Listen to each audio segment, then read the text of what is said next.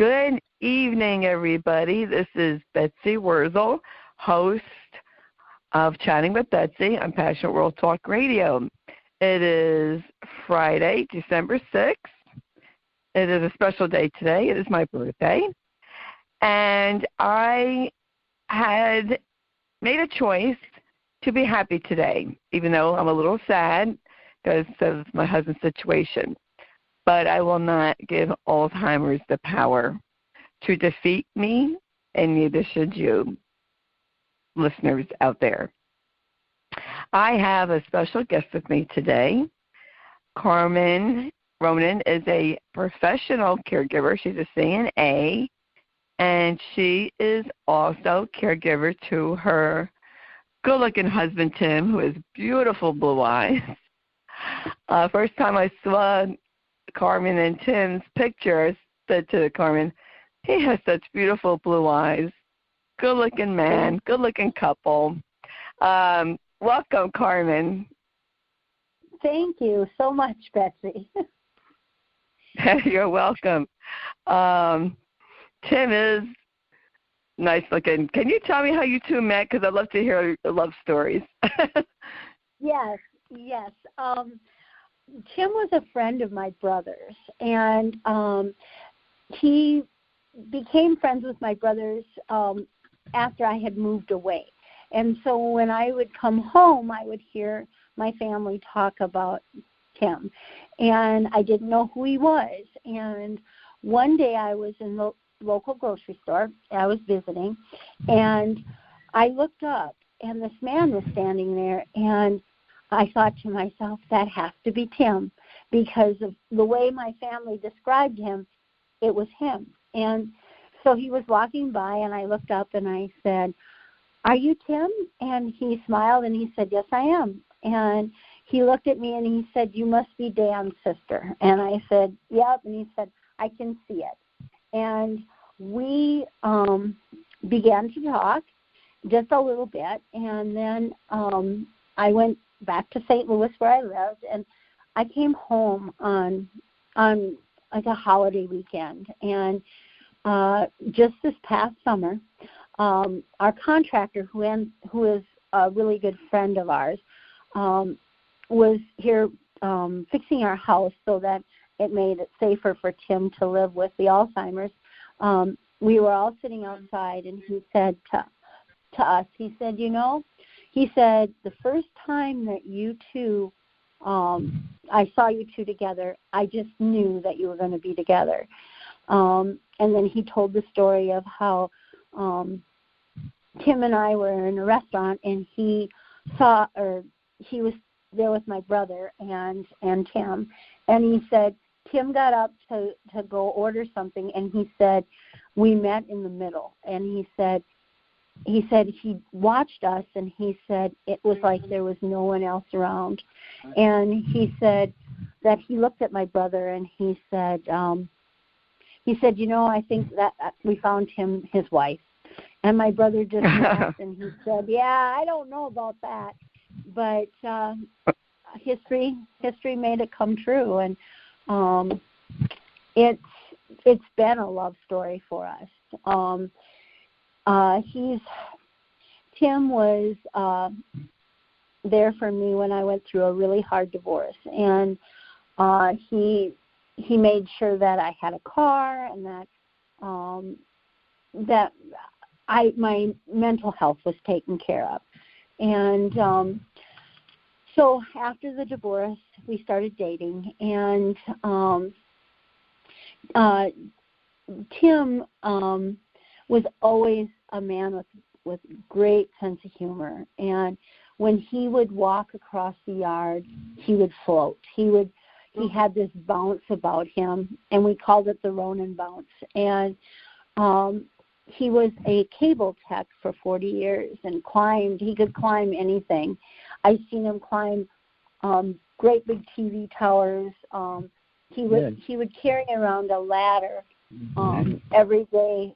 He'd get off his truck that weighed 75 pounds, and he could extend that ladder and walk across the yard. We're from Minnesota, so the winters would be like he would walk across the snowbanks with his bladder extended.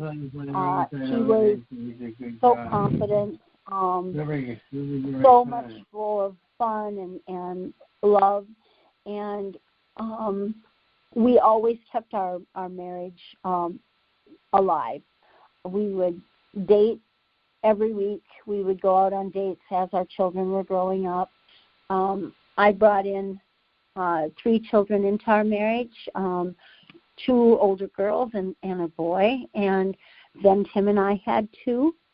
So that made 5 children, and but we always made time for each other.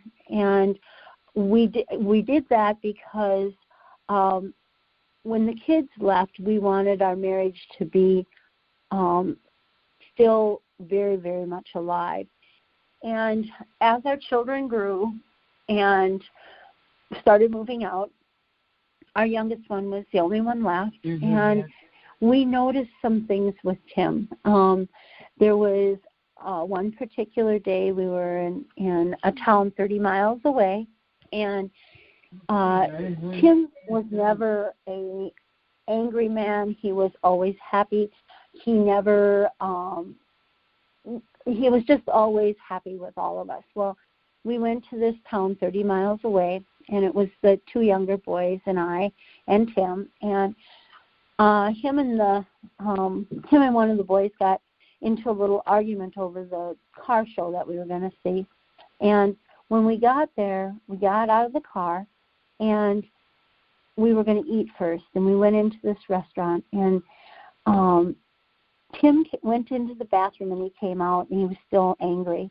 And he just put his hands in the air and walked out. Well, the kids and I thought that he had gone over to the car show.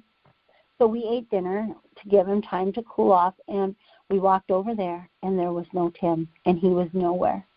And this was like at 10 o'clock in the morning, and we combed the whole area, and we couldn't find him.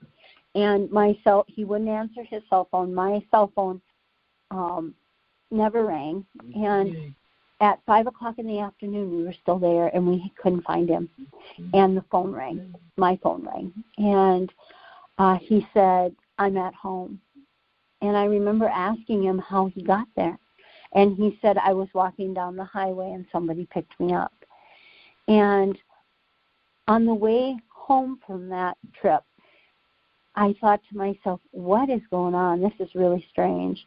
But you know, life is busy, and you put that back in your mind, and you just think it's stress. And then the people he worked with would say to me, things aren't going right at work. He's not remembering things. He's going in and starting one thing and going out and coming back and start something different. And I just kept telling the guys, oh, it's just stress. You know, it's just stress. Well, then it was in the wintertime, and the littlest one is still at home, and Greg. And I had worked a 16-hour day, and I came home, and he was standing by the car. And I asked him, it was a snow blizzard night, and I said to him, we need to get the snow gone because I have to be back to work at 6 in the morning. And I had worked a big, long run of 16-hour days, and I was tired. And I said, let's get the snowblower out. And he said no. And I looked at him, and I said, well, then let's get a shovel. Let's get it done. And he walked over to Greg's car and got into it. And I said to him when he got into it, I said, do not turn the corner because the snow is really deep over there. Well, he did. He didn't listen. And he got the car stuck, and I ran in and got Greg to come and help. And Tim's whole attitude, his whole demeanor was different than normal. And so Greg and I tried to get him to get out of the car and let Greg get it out and this and that, and he would not listen. And he got so angry, he threw a shovel, and Greg was just in shock. He had never seen his father act like that, ever. And Tim walked across the backyard, walked in, and Greg looked at me and he said, "Mom, something's wrong with Dad. He's sick. Something's wrong." And Tim walked through the house, walked out the front, and got into my car. And we already had the white car stuck in the back. So I hollered at Greg and I said, "Greg, run and stop your dad," because I said he's going to get the other car stuck too. And Tim went around the block, and Greg ran to the other side of the block. And Tim wasn't even paying any attention to Greg. But when he turned down our street, I pointed at the side of the road, and Tim came with the car, and he flew up in the yard with the car. And when the car stopped and he got out, he just went in the house. So we essentially had two cars stuck. It was already midnight, and I had to be to work at 6 in the morning. And so Greg and I dug the cars out, and it was 2 o'clock when we got done. And Greg said to me, "Mom, we need to get Dad to the doctor." So, Carmen, I just wanted to ask, how old was Tim when this started? When this was going on, he was about 56. And he was 56, same age as Matt. Was he healthy otherwise? Yes, very. And when we saw this first, he was 56. And it was a very long process to get him diagnosed. Tim was not having any problems with memory. His memory was sharp. He could do all the tests on doing the little clock and answering all questions, and his math skills were still there. But there was one thing that was off, and that was his balance. And to look at him walk across the room at that point, it looked like he had a stroke. He would bring his hand back and make his arm back and make his hand into a fist. And he looked like he had some brain damage happen. Didn't know why, didn't know what to do. He ended up where his company asked him to retire. And it was before the diagnosis. And so he did. He retired. And then he went to work at Walmart, and he did overnight. And he still hadn't seen a doctor at this point. And he wouldn't go. And so he started at Walmart to stock shelves during the night. But I worked, like I said, some 16-hour days a lot of the time because I ran a group home. And Greg, our son, would call me and he'd say, "Mom, what time does Dad have to be to work tonight?" And I'd say 10:30, and he'd say, "Well, he left at 5." And what would happen is he would go over to Marshall, which is 30 miles away, and he would sit in the parking lot for hours until 10:30, and then he'd go in. Well, he had trouble stocking the shelves, too. And so the manager there, she asked him, she said, "Do you have something wrong?" And at that point, he wasn't diagnosed. He said, "No, I'm fine." Well, then they let him go after like 30 days. And he came home, and I said, "Now we need to go to the doctor." And so we went to the local doctor, and you could see it in his eyes. His eyes didn't look right. His pupils had locked. They were very tiny, and they wouldn't dilate. And my biggest fear was a brain tumor. I thought he had brain cancer. I thought that he might have had a stroke. And they ruled out stroke. They did the CAT scan and that, and they found out that he didn't have any kind of growths or tumors in his brain. And the doctor said to me, she said, "I can't diagnose it." She said, "He does not fit the typical Alzheimer's." And she said, "But I can tell by his eyes something is definitely wrong." So it took me another year to get him to go to the doctor in Rochester. By this time, he was 59, and or almost 59, and I went and called the Mayo Clinic in Rochester, Minnesota, and was asked a lot of questions, and then I had to wait to see if a doctor would take his case. And one day I got a letter in the mail that said that there was a doctor that was interested. So I set up an appointment. I had to go for 5 days with him, and we went through tons of tests. They did a 4-hour memory test. He had PET scans, MRIs, CAT scans, X-rays. He even had a spinal puncture. And after Friday, when Friday came around, Friday afternoon, we went and talked with the doctor, and the doctor said that that he had Alzheimer's markers, and Tim did not have Alzheimer's in his family at all. There wasn't any history. It was devastating. As a professional caregiver, I knew exactly what it meant, and the doctor told him that it was terminal, and he told him that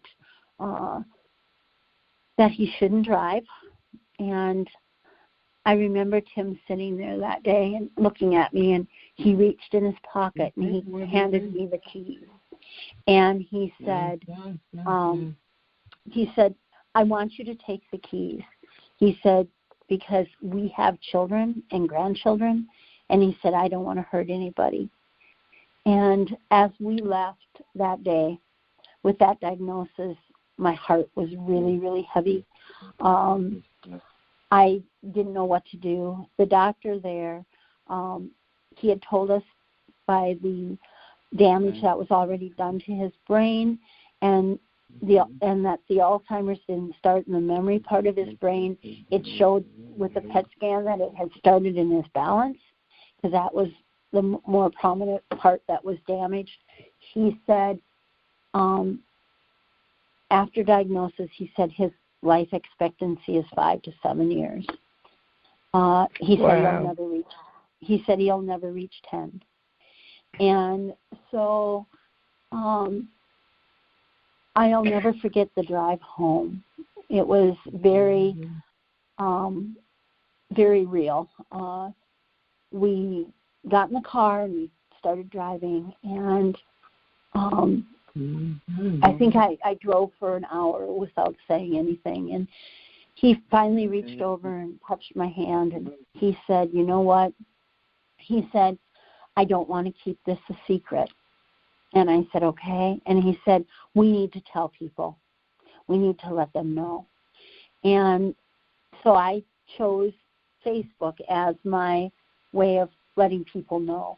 And I have been journaling our journey, and have gotten a lot of local support because of it.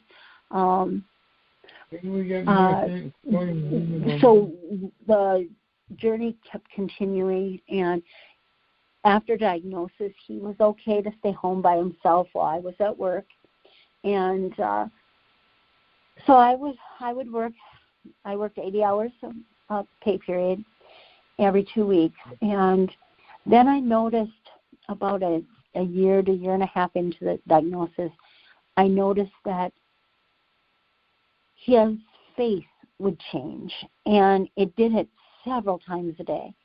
And it looked like it was from his shoulders on up. His face would distort, and his mouth would pull down like he was extremely sad, and tears would run from his eyes, and his eyebrows would dance. They would jump up and down, and that's how this part of the journey started. It was very different. So I had our son come and spend the day with him, and the son said, "Yes, Mom, something's going on." So I kept watching, and then one morning he woke up, and he sat up in the bed, and he did not know who I was. He did not know where he was. He could barely walk.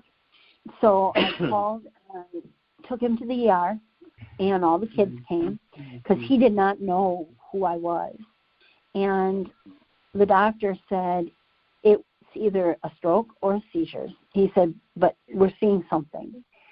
And so we took him to Sioux Falls, South Dakota, which is 100 miles away. And he had been hooked up to a machine to check for seizures, and it took less than 5 minutes, and they could tell that he was having seizures, like, very, very frequent. And he was, if I remember correctly, the seizures were, one time I counted 17 to 26 of them in a 24-hour period. And wow. Yeah. So the doctor started him on Keppra, and that was the wrong medicine for him. Keppra has a side effect of anger, and it came out, and it never really stopped the seizures. It slowed them down, but it didn't stop them.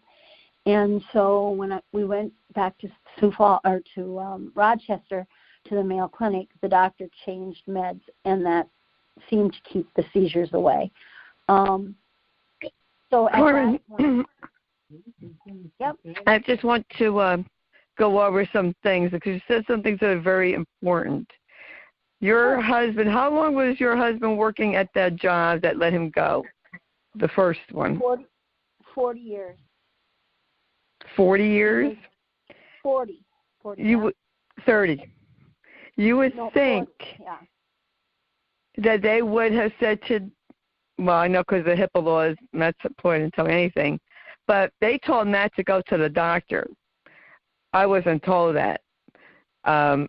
His coworker called me on the side and said, you need to take Matt to the doctor. We want him to go. Of course, Matt didn't tell me that. So I was fortunate that Matt worked for a good company. So his company really didn't show any kind of consideration that maybe something was wrong with him to suggest going to a doctor or having a doctor talk to Tim. You said that his family had no history of Alzheimer's. So I want the world to know, because it's very, very important. I want to emphasize this. Your Tim was healthy, in his 50s, no history of Alzheimer's in his family, and yet he had Alzheimer's, because people think, oh, it's not in my family, I can't get it. Yes, you can get it. Here's an example, unfortunately, that this young man in his prime had Alzheimer's. So it doesn't matter if you're healthy, you can still get it. And I really want the world to understand that and to process that, because there's people who think they're immune to it, and they're not. And, exactly. you have somebody like Matt, who it runs in his family, excuse me, but he was the first one to get early onset.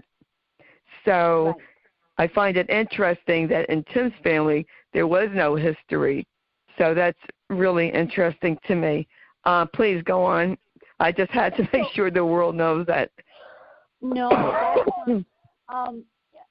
to come back to the doctor for the one in Rochester, he asked, because Tim didn't have anybody in his family, he asked him to be in a study. And the study that he wanted him in was full of people that had no history. That is out there, and it is in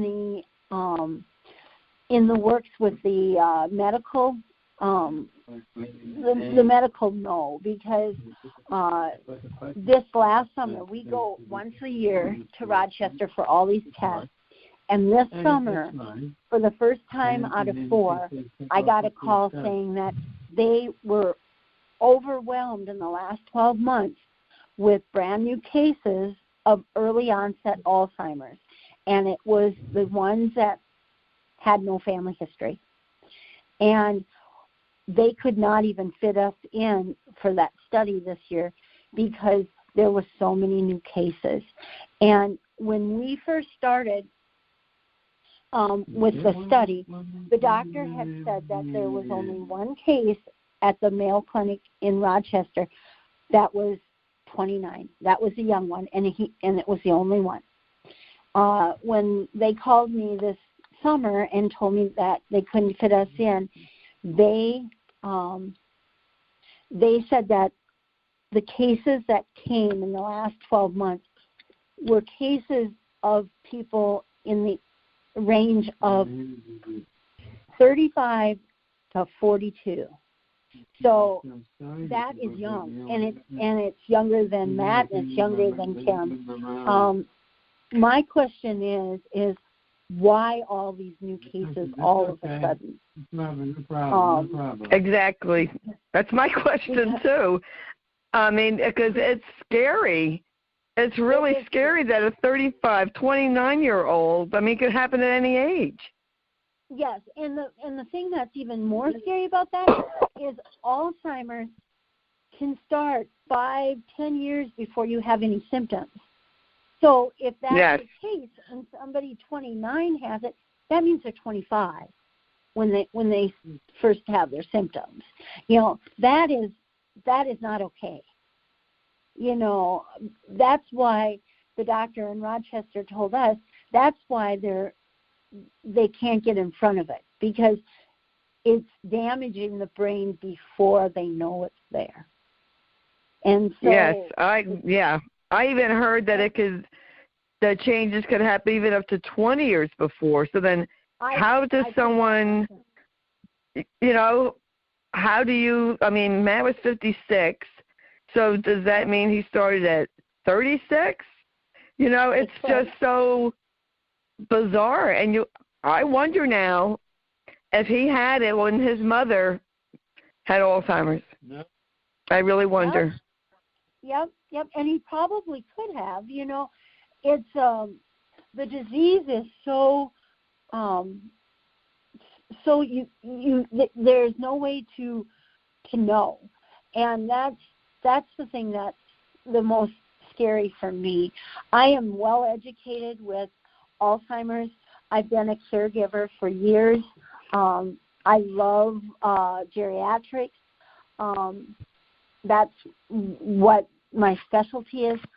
I know how the disease unfolds, and I believe everybody that has Alzheimer's are all on the same journey. They just have different paths that they have to walk on that journey. And I think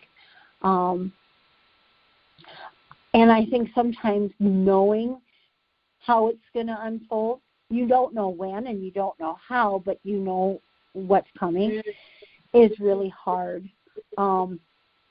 My biggest hurdle to go over is how am I going to take care of him when he gets to the last stages. My house is getting redone so that it will be convenient. I put a big ramp outside last year for him to get in and out of the house. This year we're going to blow open the house and make it an open concept so that it's easy to see and easy to do. But that's the easy part of this disease. The hard part is how do you wrap your heart around losing somebody that is not going to be there, but is. I'm now starting to feel those effects. I've always been an advocate for people that can't take care of themselves, but I'm really struggling with the thought and the idea of him being not okay. And I can do the physical stuff. I can clean up and I can feed and I can do all that. That's not what I'm talking about. I'm talking about the caregiver's heart, the caregiver's peace of mind. I get no sleep. He gets up at night and uses the bathroom over and over and over again, and he stands by the toilet for 20 minutes at a shot, gets back into bed, and I'll watch the clock, and within 6 minutes he's back at the toilet again. And there are nights when I only get 2 hours of sleep, or maybe 3, and I get up, and I work the evening shift. So I get up, and I'm up at 3 o'clock in the morning and for the rest of the night, and I go to work, and I face Alzheimer's at work too. That's my choice, but it is a disease that takes away the caregiver's peace and their life. When they get to the point where they can't go out, or you're afraid they're going to fall, or afraid they're going to get angry, whatever, it changes your life. My life is changing. This summer I sat outside all the time, and I'd have the front door wide open, and I could see him and I could hear him, and he'd watch TV and sit with the dogs or get up and sweep the floor, and I would sit outside. Well, we live in Minnesota, and winter came, and there was no place to sit. I cannot sit and watch him fade away. It eats at my heart. It is damaging to my brain to do that. And so I have picked the bedroom that's right above the living room, and it's the front bedroom, and I sit and stare out the window for hours because I can't stand to sit and watch him. I'm there for him. I love him. I make sure all his needs are done.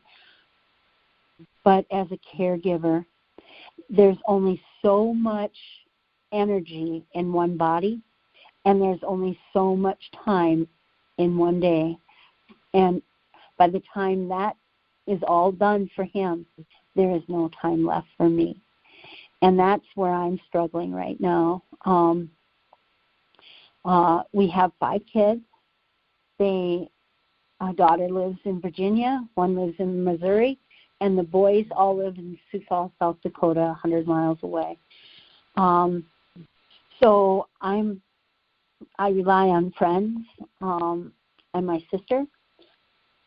But it's very difficult. What I want people to know is that for me personally, it's hard for me to ask somebody for help. If you want to help any caregiver of any disease, don't wait for them to ask you. Just go and do it. Because I like a lot like my father, and he was very independent. But my daughters are social workers, and they keep saying to me, "Mom, when this is over, we want our mother. We want a whole mother."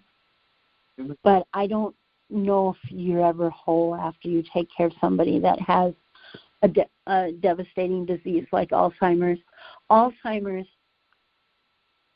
takes a person from where they are.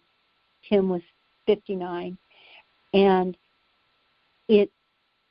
how I look at it is it reverses the time, and it reverses their abilities until they're at an infant stage. And physically that's exhausting.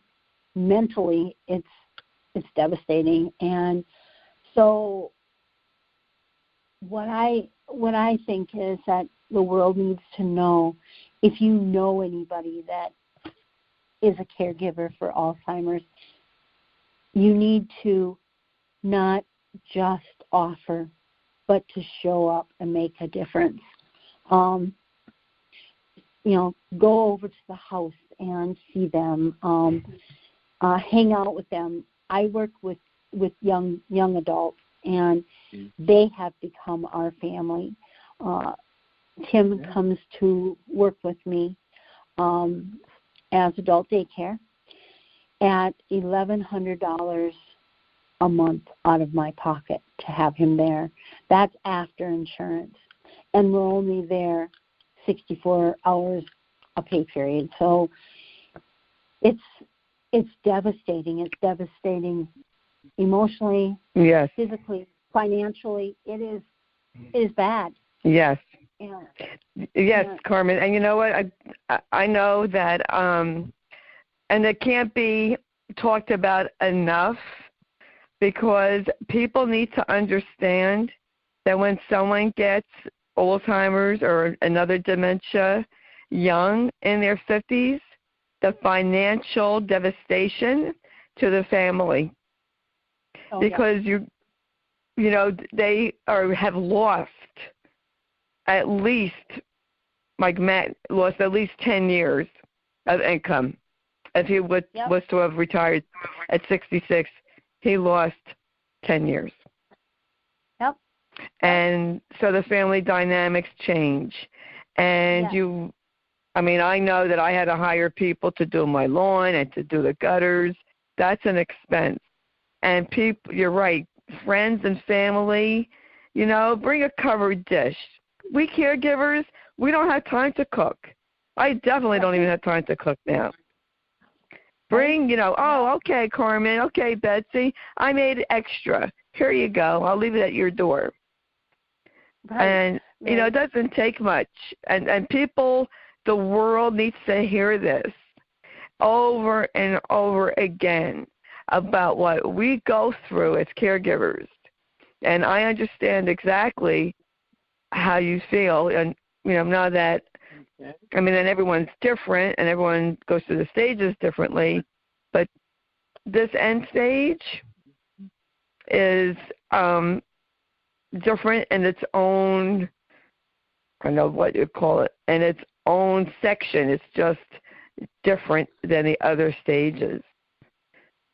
And what it is, too, Betsy, is you sit there as a caregiver. You are his wife. I'm Tim's wife. So we switched our roles. Now, instead of being more like a wife, we're more like a mother. And as we watch them progress into this awful disease, our hearts hurt, because we are caught up in taking the financial responsibility, like you said, the lawn, the housekeeping, everything is all on our shoulders, and we have to deal with our own grief. Right now, Tim is, I would say, if we were talking about the 7 stages, I would say he's starting number 6 maybe, and all right, I'm gonna go. That's devastating to me.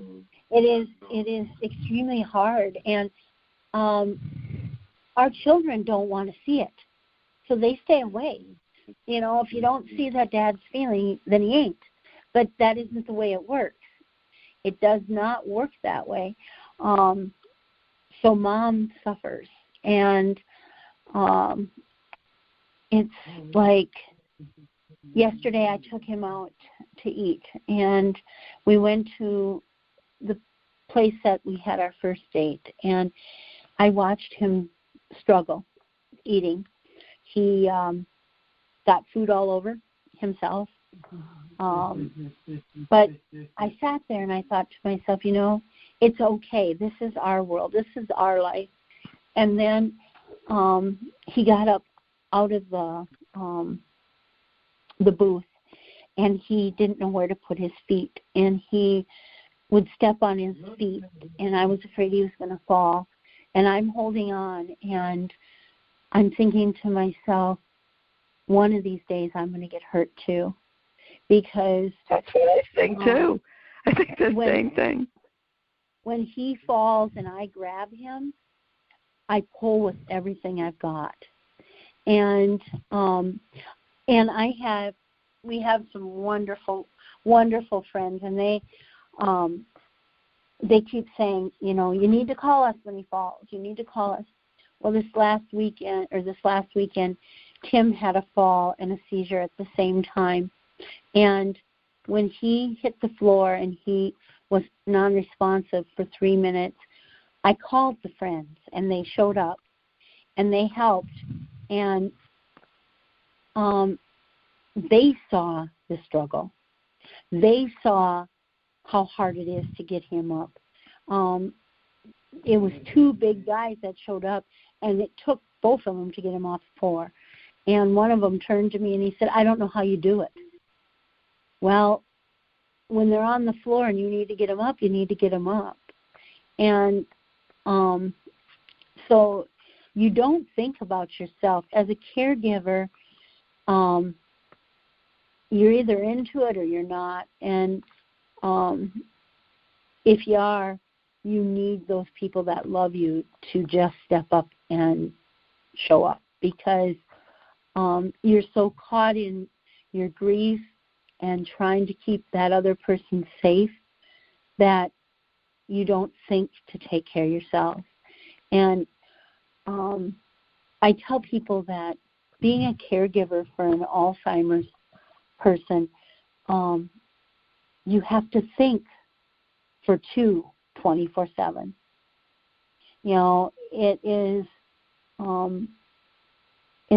It's so tiring. It is, Carmen. It is, and the more your loved one, I find this for myself, progresses, the harder it is to do self-care.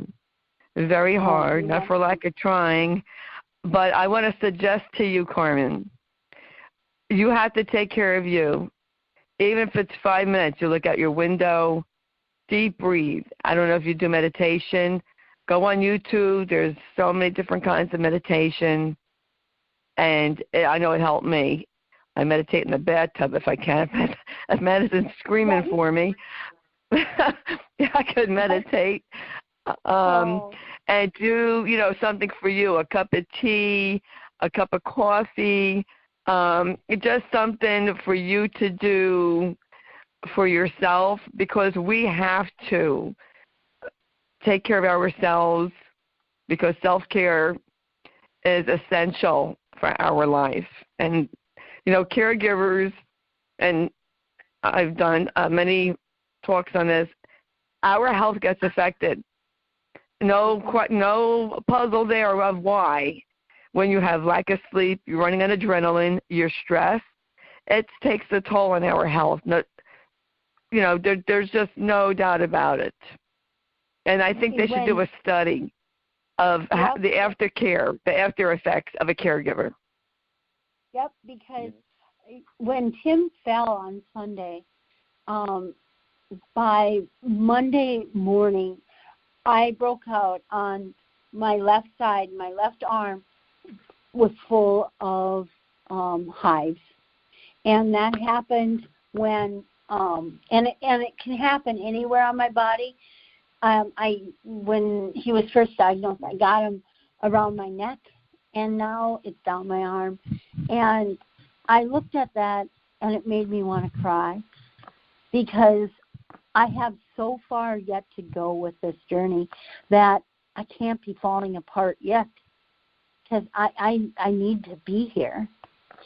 And like I said, my thing for wanting to be a part of this show is that I want people to know that they need to just show up. They just need to be there.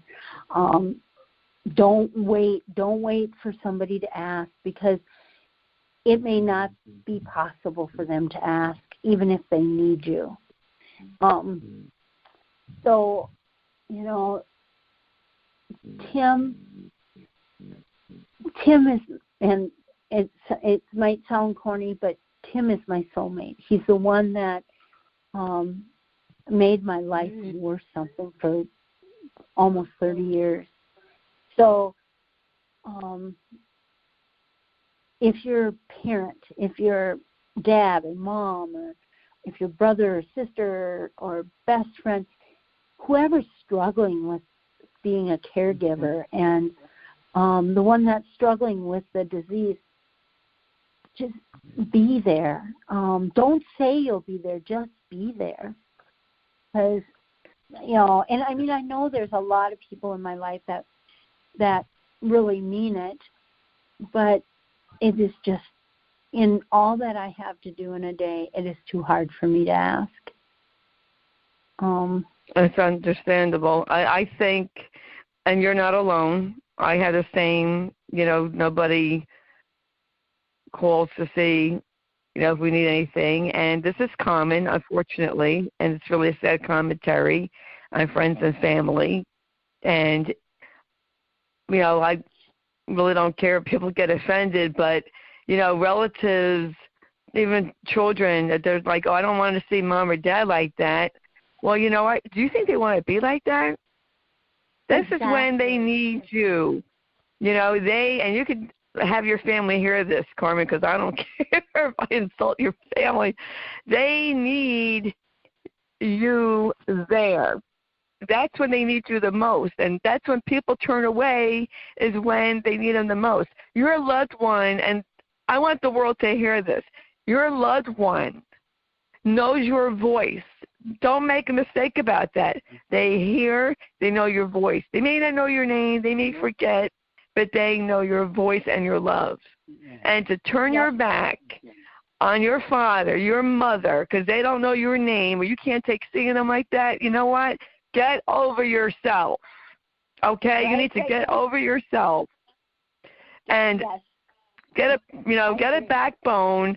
And we're not asking you to fix the problem. We're not asking you to cure them. We're just asking you to sit with your relatives. I mean, I don't have that problem because Josh lives with me, but, to sit with your father, your mother, and to let them know that you love them, because they might regret it. That's a big, issue. They could end up regretting it. Yep. That's a shame. I get on my soapbox. My deal is I think, in my case, I think my children, I just don't think they get the whole picture. And even though my daughters are social workers, I think that that part of seeing the disease, walking in the shoes, that's the part that I'm struggling with, trying to get them to realize. My youngest one will come home, and God bless him, he is so sweet. He'll come home, it isn't very often, but he'll come home and he'll say to me, Mom, I'm here. I am going to be here for 48 hours. You need to do what you need to do for you. And he'll say to me, if you need to stay out all night, I'm here. He's fine. Just go. I have other people that help, but they always need to know where you're at, what time you're coming back. So then you find yourself watching the clock more than being away. And yesterday I wanted so much just to disappear, just to be gone, not have to do anything. I didn't want to look this in the face yesterday. It was the first time that has ever happened to me, but it was the way it was. And I struggled. I struggled with it yesterday.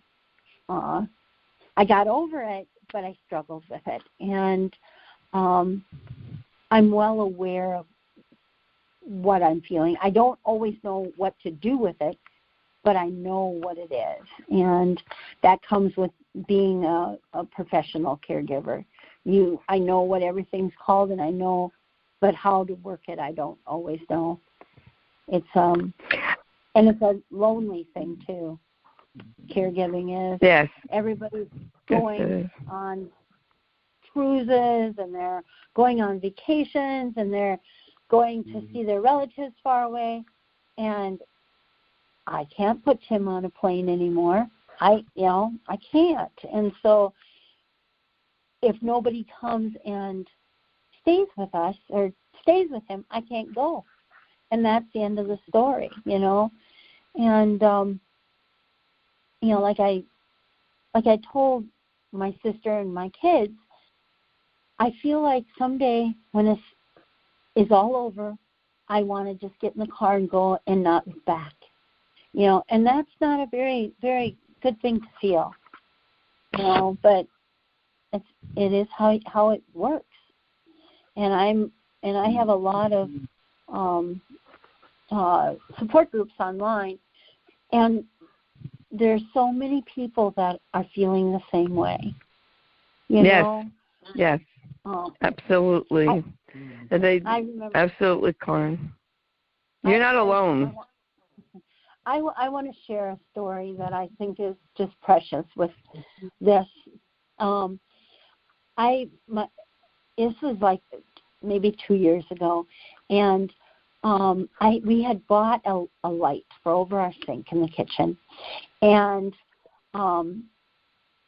it was sitting on the counter, and I told him, I said, the kids will come and put it up for you. And so this was when he still was able to stay home by himself some. And so I went out to dinner with some friends, some girlfriends. And when I came back, the light was up.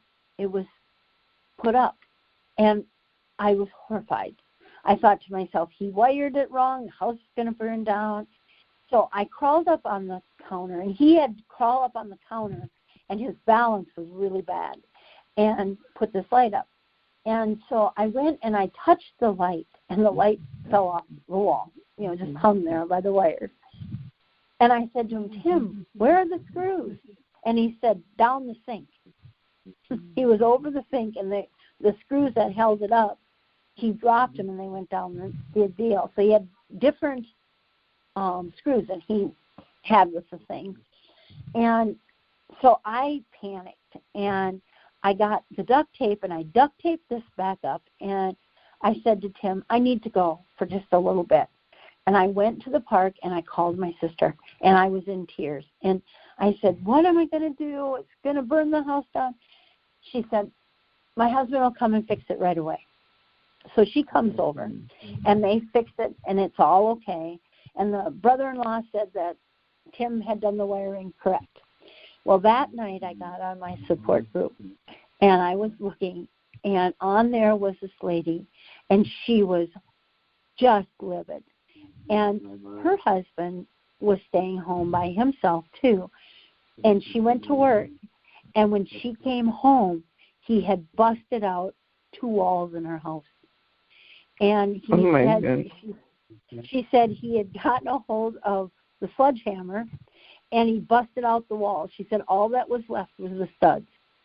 And she said she didn't know if it was the weight-bearing wall or not. But she said he met her at the door with a big smile, and he said, I watched the Fix 'em Up shows, and I thought you might like the open concept. Now, oh, my goodness. The story about all this was I didn't feel so bad about the light after that, and their judgment is gone. You have to live with that judgment being gone, and that was a real hard thing for me to get used to. Now I know the game, and if there's something that isn't safe, I just put it away and don't bring it out when he's around, because I don't know what he's going to do. But that poor lady's house was knocked apart, and that's the kind of things you live with this stuff. Yes, It is. Carmen, do you have any last words of wisdom for the audience that you want them to know? The only thing that I want to say is that we will survive. Like you, Betsy, have said, it's not going to eat us. We have to go and scream from the rooftops that this is happening. Re-educate. Educate people. I've told people that straight out that this isn't what Tim asked for, so he needs to be respected. And I think with this show and with the things that are out there to bring awareness, I'm all for it. I will talk again and again and again because it's important, very important. And I thank you, Betsy, for the opportunity to do this. Oh, you're so welcome. I appreciate you coming on, and I would love to have you back because there's so much more to discuss. Can someone get in touch with you if they would like to know more about what you're going through and the Mayo Clinic and the studies that Tim is involved in? They sure can. I'm here to help. I'm here to help all the caregivers. I know a lot about the disease, like I said, because I'm a professional caregiver. I know how it feels, but I sure will. Any way that I can help, just let me know, and I will. Can they get in touch with you with your Facebook page, Carmen? They sure can. Ronan? They sure. Okay. Yep. Thank you so much, Carmen. I really appreciate you coming on, sharing your story, sharing about Tim. The world needs to know. You can get in touch with me on my Facebook page, Betsy Wurtzel, Wurzel. You could follow my journey with my husband, see the pictures. I have a group, #Kick Alzheimer's Ass Movement. I welcome all dementias, all walks of life. You don't even have to have dementia or have a loved one with dementia. If you just want to educate yourself and be inspired, please check us out. All right. This is Betsy Wurtzel, host of Chatting with Betsy on Pastor World Talk Radio. Jeannie White is producer. Please share this audio cast. Please read the blog that Jeannie worked so hard on. People need to hear caregivers. We're here to help. Please let me know if there's any topics you want to discuss or want me to discuss. Please comment on the show what you'd like to see or hear, I should say, since it's audio. And as I always say, folks, you're a shining star in someone's life. You are a light to the world.